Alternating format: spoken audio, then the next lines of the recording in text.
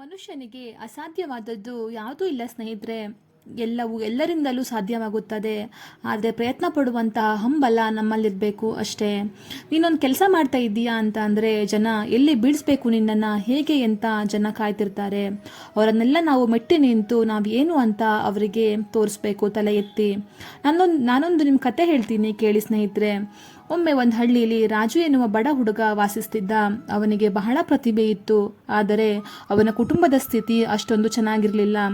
ರಾಜು ತನ್ನ ಹಳ್ಳಿಯ ಸರ್ಕಾರಿ ಶಾಲೆಯಲ್ಲಿ ಓದ್ತಾ ಇದ್ದ ಸ್ನೇಹಿತರೆ. ಅವನಲ್ಲಿದ್ದ ಉತ್ತುಂಗದ ಮನಸ್ಸು, ಕಠಿಣ ಪರಿಶ್ರಮ ಮತ್ತು ನಿರಂತರ ಅಭ್ಯಾಸದಿಂದಲೂ ಶಾಲೆಯಲ್ಲಿನ ಶಿಕ್ಷಕರಿಗೆ ಅವನು ಶೀಘ್ರದಲ್ಲಿಯೇ ಗಮನ ಸೆಳೆದ.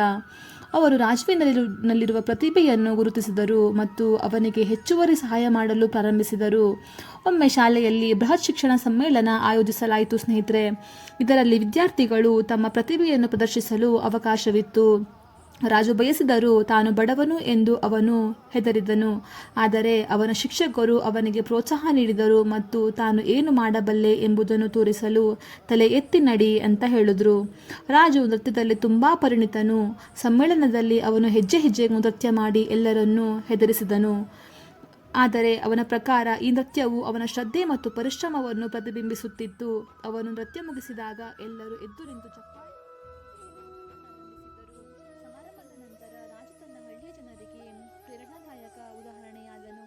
ಅವನಿಗೊಂದು ಸುದೀರ್ಘ ಶಿಕ್ಷಣ ಸಹಾಯಧನ ದೊರಕಿತು ಮತ್ತು ಅವನು ತನ್ನ ಶಿಕ್ಷಣವನ್ನು ಮುಂದುವರೆಸಲು ಆಧಾರಿತ ಕಾಲೇಜಿಗೆ ಸೇರಿದ್ದನು.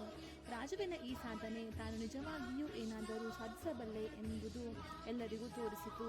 ಅವನು ತಲೆ ಎತ್ತಿ ನಡೆದ ಪ್ರತಿಯೊಬ್ಬರಿಗೂ ಪ್ರೇರಣೆಯಾಯಿತು.